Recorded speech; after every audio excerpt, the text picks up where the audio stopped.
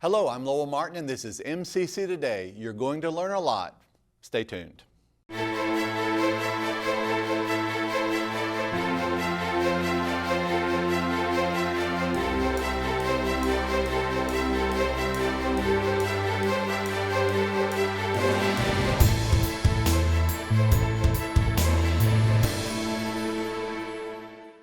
On today's show, we have Sheila Johnson, Mike Smith, Sam Wilson. You're going to learn so much, your head will be full. Thank you to the teachers for encouraging me when I wasn't sure where to start, for seeing my potential even when I didn't, for inspiring me to reach farther and try harder. Thank you, MCC. You helped me change my future. Find your wings at MCC. And we are here with Miss Sheila Johnson, who is the Medical Laboratory Technology Program Coordinator, Lead Instructor, Lab Guru. Too many titles. But you've been doing this a number of years, haven't Yes, you? I have. As long as I can remember. So, but your program is a 2-year program. Yes. Here at Meridian Community Yes, College, it is. and from just what you were saying before the cameras went on, you're kind of full at the moment. Yes. Which is a great feeling for anyone who's It's not full. or for anyone who's in charge of a program. That's very true. It's very true. But now, what if someone is interested in your program? What prerequisites do they have to have before they can get into your program? Interestingly, none. Okay, none we're whatsoever. the only health care program on campus that doesn't have true prerequisites. What we mean by that is, if you are a strong student in high school and Okay. you take the higher level maths and sciences, Okay. if you make a strong... Define higher level, if you don't mind me asking. Well, higher level would be, you're not just taking the math that's required for graduation. Okay. You are taking high school trigonometry maybe, Okay. or high school, if your offers it, calculus. Okay. The higher level. Okay. That's preparing you for taking college algebra here, or, Okay. that's our requirement for here. So those maths that are going to help you get prepared for the college level courses you will experience here. Okay. It also lets us know that they are more of a math and science oriented individual, because Okay. if you're not, then you will struggle, because it's a math science based program. But we also, when I say with a strong ACT, we're talking 25, 26, 27, Okay. Somewhere in that range. For the people who don't have a strong ACT, Yes. they're maybe in their early, it's like Yeah. 21, 22. Right, or 18. Is there We take 18? 18, Is there yeah. any? Okay, are there any classes that they can take to like boost their chances of getting in the program? Well, we have this wonderful thing now. It's called dual credit, dual yes, enrollment. Yes. Go for it. Okay. If you will take 1, 2, maybe 3 of your college level classes while you're in high school, Math, you can, English, right. anything. Anything that will help you, because it's a points-based system. Okay. And your college level classes are going to give you more points. Okay. So if you do have an 18, 19, 20, 21 on the ACT, but you have a college algebra already taken while in high school, an A and P, an English Comp 1, those still give you the points that you need to make you as competitive as you would be if you were already in college having taken those courses. Okay. Now, and you had said before there were no prerequisites, but I'm going to okay, you have to have graduated high school or have Yes, the a GED. equivalent. Yes, equivalent. Okay, Sorry, okay. yes, I think So aside from that, come on. Yes. Okay. Now, do you only accept new students in the spring, in the fall? Yes, every August. Every We start looking though every April, and what we Okay. mean by that is we have orientation sessions to Right. get them familiar with the program and what you would be learning, so that you'll have a better understanding of what Okay. is an MLT, a medical laboratory technologist. Mm-hmm. Because if you don't understand it, going in, then it may not be what you really want to do. Mm-hmm. So we do start that every April. We choose usually the end of May, beginning of June, and then through the rest of the summer, our students are registering for classes, making their selections as to what gen ed classes, if they need any, they're taking. Okay. So that they're not losing their options, you know, Okay. for those gen ed classes. Now, too. once they complete the, is it an AAS degree Yes. here? Yes, Okay, it once is. they complete the degree here, could they go to a four-year university to Certainly. follow up Yes. on that? Yes, you can go, there's lots of online versions. Okay. To get a medical laboratory scientist, MLS, which is your bachelor's degree. Okay. But you can also choose to go to USM here Mm-hmm. in Mississippi, much better. Or you can, sorry, but I mean, you Okay. want to stick local. Okay. Or you can do the University Medical Center in Jackson, which is actually where I got my BS from. Okay. But yes, they can certainly do that. They have all kinds of options because you're already an MLT. Mm-hmm. Then you can progress sometimes faster because you can condense your course levels Okay. and your course load each semester. And you can actually get like 4 semesters in 3, and they work with you with your job for your clinical aspect. Okay. So you don't lose your job, you don't lose your benefits or your pay and all of that. So it works out. We have quite a few students right now who are doing that. One of the, and I think this is one of the good things about any of our medical programs is there is a lot of clinicals. A lot.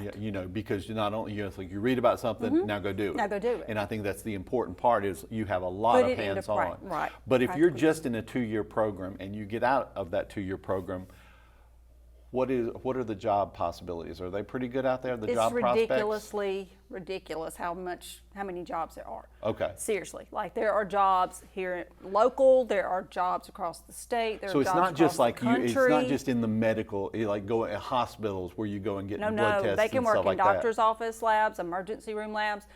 If you want to work in blood services, like United Blood Service. Really? Guess who's doing all that testing for those blood products? You can work in veterinarians' offices. I mean, you can do all kinds of stuff with So this. the jobs are there. Oh, they're there. And we're hurting so badly. Really? So badly. Like, Okay. they're begging. I can't even tell you how many a week. Here's a list So of jobs. pretty much anyone who gets this degree is guaranteed a job. If you don't with want a job, it's because you didn't want a job. it. It's Yeah, true, though. yeah. How about money? Really good. The salaries are pretty good. Oh, they're very good now, particularly after COVID and everything that happened there with all the retirement and turnaround with all your lab techs. It's really a strong field Okay. to go into. So if somebody's sitting, and they're like, I don't know what I want to do with my life. I don't know, what type of individual do you think would be good at the MLT program? Someone who is slightly to moderately introverted. Okay, okay. I say that because you don't have to deal with patients. Right. You don't have to deal with patients' families. You don't really get outside of the lab too much in most instances.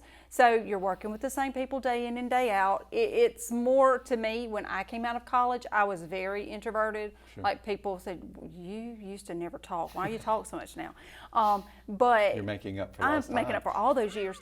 But it's true that someone who doesn't want to work with patients one-on-one or wants minimal contact, this is one of the best professions because you're behind the scenes, but you are vital, truly vital to what is going on and what is helping those patients, helping those physicians make those diagnoses. So if someone is interested in getting information, Yes. how do they go about getting information? You can look on, I would strongly suggest just go to the Meridian Community College website, look up programs of study, medical lab is right there. By the way, there's a really good video, I'm in it, but there's other people in it too. But it's a really good video that gives you so much information that we didn't talk Okay. about today from the student perspective also. Please go look at our video. Thank you for being on the show today. You're welcome. We'll be right back. Not essential. Never let anyone tell you that again. Never doubt your abilities to make a difference. How do I know this about you? Because I'm a teacher. I am the one who will push you harder and farther than you could have ever imagined. Teach you things that you never thought possible. And if you will give me 100%, then I will stand shoulder to shoulder with you, and together we will change your future. MCC, find your wings. And we are here with Sam Wilson, and you are the men's soccer coach here at Meridian Community College. Welcome. How you doing? Doing well. Now, how long have you been doing this? coaching men's soccer? Yeah, so this will be my 3rd year as the head coach. This will be my 6th year on campus. Okay. How's everything going? Fantastic. Great start to the season. Really excited about the team we have on campus and looking forward to hopefully another successful season. Now, pretend like I know nothing about men's soccer or soccer in general, but how many basically new players did you bring in as freshmen this year? So our roster limit's 25. We brought in 15 freshmen this year, and so we have 10 sophomores. So it's a pretty even mix. Okay, is that pretty normal? Pretty standard. Okay. Yeah. What do you look for?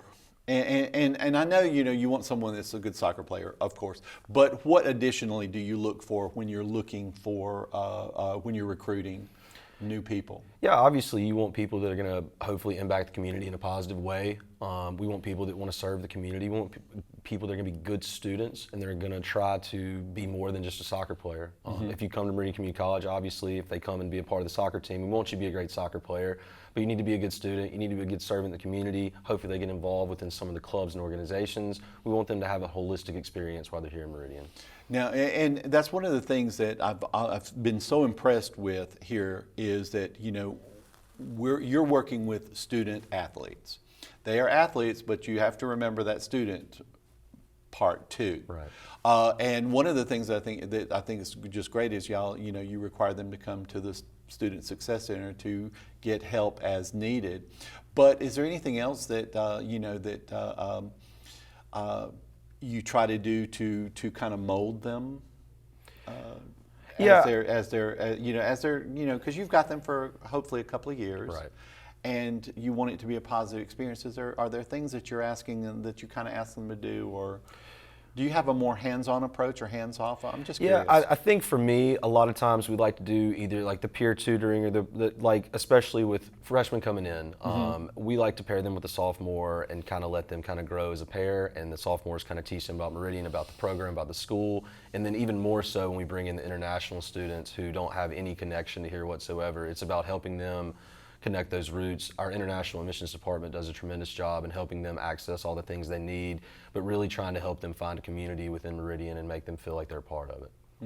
Now I have, and it's not with the soccer, but with some of the other sports where I have some difficulty getting students, because I run the Student Success Center, and I have some difficulty getting students to study because they're like, oh, I'm going to be famous in this.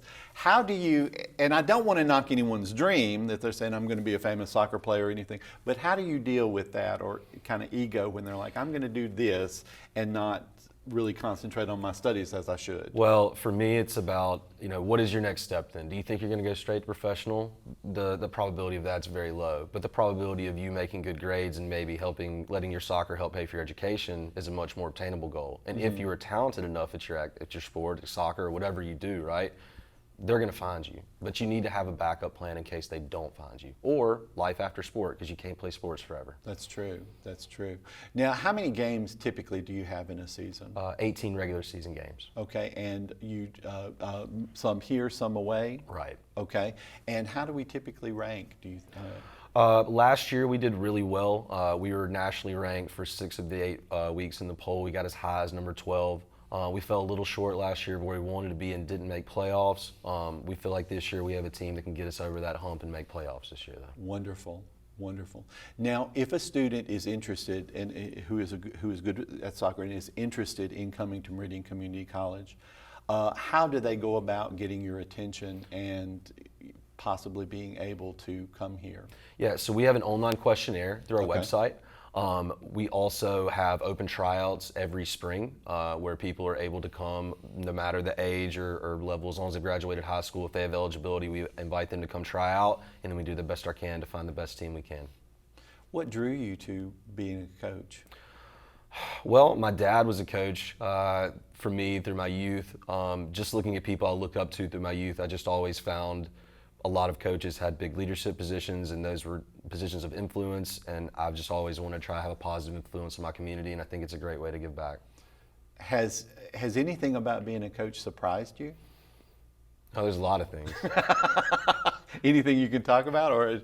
Yeah, I think there's a lot of times where a lot of people think that coaching is just getting out there and running a practice or recruiting an athlete, and it's so much more. It's more about taking care of that athlete in the times that nobody thinks about, whether they get sick or whether they're having problems at home. It's about being there for them in those moments. That's the most important thing about coaching. It's cultivating those relationships. It's not so much can you match up the X's and the O's. And as you said earlier, it's you're taking the holistic approach where, and I think before, and I don't know, but it just seems when I was younger, 40 million years ago, that we just looked at the grades or we just looked at the athletic ability, and we didn't look at the other things. And sometimes the other things are important too. Right. How do you instill in them the importance of like cultivating all of that? Well, I think obviously leading by example is the most important thing. I'm far from perfect, but you try to embody the things that you want them to embody, and then when you don't own up to that, you teach those lessons and show that you're human too, and they have to learn from your mistakes as well. Mm-hmm.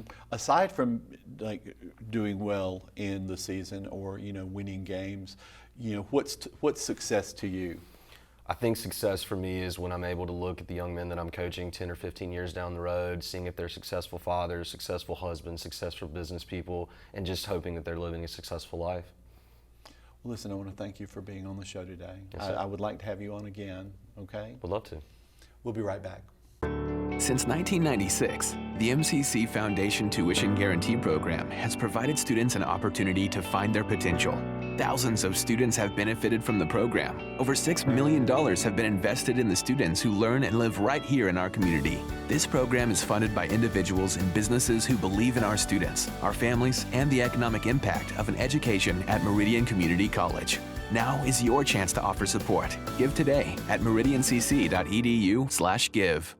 And we are here with Coach Mike Smith. How are you doing today? I'm doing good. How you doing? I'm doing well. Now, you are the coach of our women's soccer team. Yes, sir. And how long have you been doing this? Oh, wow. 2012 was my first year. So as coach? As the head coach of the women. Now, I came in 2007. Okay. And I was an assistant for men and women up until 2012, and then I got promoted to the head women's job. So, okay. Oh my. Lot to it? Yeah. But you like it? I never feel like I have to go to work. So I love what I do. Now, when you're looking at potential soccer players to bring here, what do you look for? Well, obviously, I look for a good soccer player. Somebody that carries herself well on the field and treats people the right way and just has a good attitude and a good teammate. Mm-hmm. I look for good students, people that have good grades. Because the grade part is important. Yeah, because they're student athletes. Okay. So the student comes first. But a lot goes into what you look for. And do you have any students that ever come on and they're like, I don't need these college classes. I'm going to be a professional soccer player. I don't know if I've ever had anybody tell me that, but they're definitely. I've had some kids that obviously dream of being a professional player. The girls are really focused on school and their academics. Now the guys, on the other hand, I had both programs for a few years, and the guys, on the other hand, now I think I had some guys that thought they didn't need these classes, but for the most part, the women are very, very organized with their school, and they care about their grades. And I know the ones who come to the Success Center, and they are very eager to get that work done, understand what they're doing, and very good about that. They are, and so I don't really have to stay on them about grades, which is a good thing. So they take care of that themselves. That's good. How many students do you bring in every year? It fluctuates. Some years you have a heavy returning class, and then some years you have a heavy freshman class. At the moment, I'm probably split down the middle, so I can have 25. So I brought in 12 this year, and I had 13 return. Mm-hmm. So I would love to keep it like that because you have experience every year. You know, when you bring in those heavy freshman class, you're very inexperienced. So it takes you, you know, several games into the season to really figure things out. And then, you know, but if you have a lot of experience returning, then it can be an easier transition year to year. How many games do we typically have in a season? We get 18. Okay. 18 games. 10 of those are conference. So, you know, we're trying to be in the top 7 out of 11 teams to make the postseason. How are we doing? Well, we haven't started conference play yet. We just started our regular season. We won our exhibition game against Columbia State. We went up to Southwest Tennessee in Collierville. We won that game, and then last night we played Belhaven and won that game. Good. So we're off to a great start, and we got a very tough game coming up Sunday against a really good Gordon State team from Barnesville, Georgia, here at 2 o'clock. So we're going to be tested Sunday and see how good we really are. Okay. Now, if you've got a student who is interested in coming here who plays soccer, how do they get your attention to possibly, you know, get them on the team? Yeah, so, you know, there's a couple ways. Obviously, if they play travel soccer, you know, they can email me and let me know what tournaments they're playing in. If they play high school soccer, they can email me and send me that schedule. We have ID camps in the summer and then just throughout the year, and that's just when kids come and we train them and they they practice with us and then see how they like it. So that's a way of letting me know as well.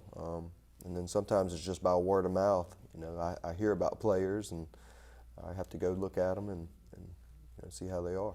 Do you like if someone is interested, you know, can they start like reaching out in like the 10th grade or 11th grade, or should they wait until their senior year? When would be the best time for you to? Is that too late or starting to get too late? No. It's not too late, and 10th grade is not too early.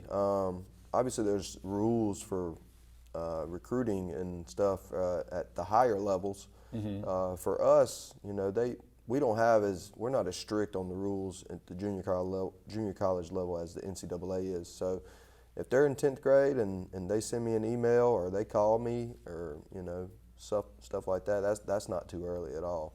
And then being a senior is never too late. Because some kids don't know they want to play until they get to their senior year, and then some kids don't know they're good enough to play till they get to their senior year, and then they've improved over the past few years, and now they are good enough. Did you play? I did play. Were you good? I mean, I was okay. I was okay. I played here. I was very fortunate to play here. I played on the national championship team here, but I wasn't the reason we won the national championship by any means. But I was very fortunate to play here and grow as a player. And then I went to Delta State and played. You know, but I loved to play, and I miss it. Was it a difficult transition to go from the playing to the assistant coach and coaching? Not at all. Actually, it wasn't, because I still had that fire in me. I still wanted to be around the game, and that's why I got into coaching, because I wanted to just be around the game and to win games. But now the reason I coach is totally different. Now the reason I coach is to impact kids and you know, and make them better players and make them better people. So it's definitely changed from when I was younger. Now, in addition to, you know, the classes and you know, them doing well in class and them doing well in the field, how else do you help them be better people? Well, so we try to get them involved in different things on our campus, like FCA and Baptist Student Union, and we do a lot of community service, helping with like the Children's Museum. We used to help with Special Olympics a lot. Yeah, I remember. Okay, yeah. So, you know, just trying to get them out and give back to the community and just show them that, you know, it's not just about being a college athlete, you know, that there's a lot more to this, and and that you need to give back to the community and to give back to the sport that's given so much to you. Thank you for being on the show today. I really appreciate it, man. It's my first time, so hopefully, You will be on again. look forward to it. We'll be right back. Meridian Community College. For more than 75 years, we've helped students soar. Establishing the first tuition guarantee program in Mississippi, we put our students first while creating pathways into the workforce and offering a seamless transition to a 4-year degree. Now is the time to find your purpose and register today, because those who move forward never get left behind. MCC, find your wings. On behalf of executive producers Matt Milner and Tanisha Clark, media consultant Josh Taylor, and student producer Hayden Anthony, thank you for watching. Hope you learned a little bit, and we'll see you next week.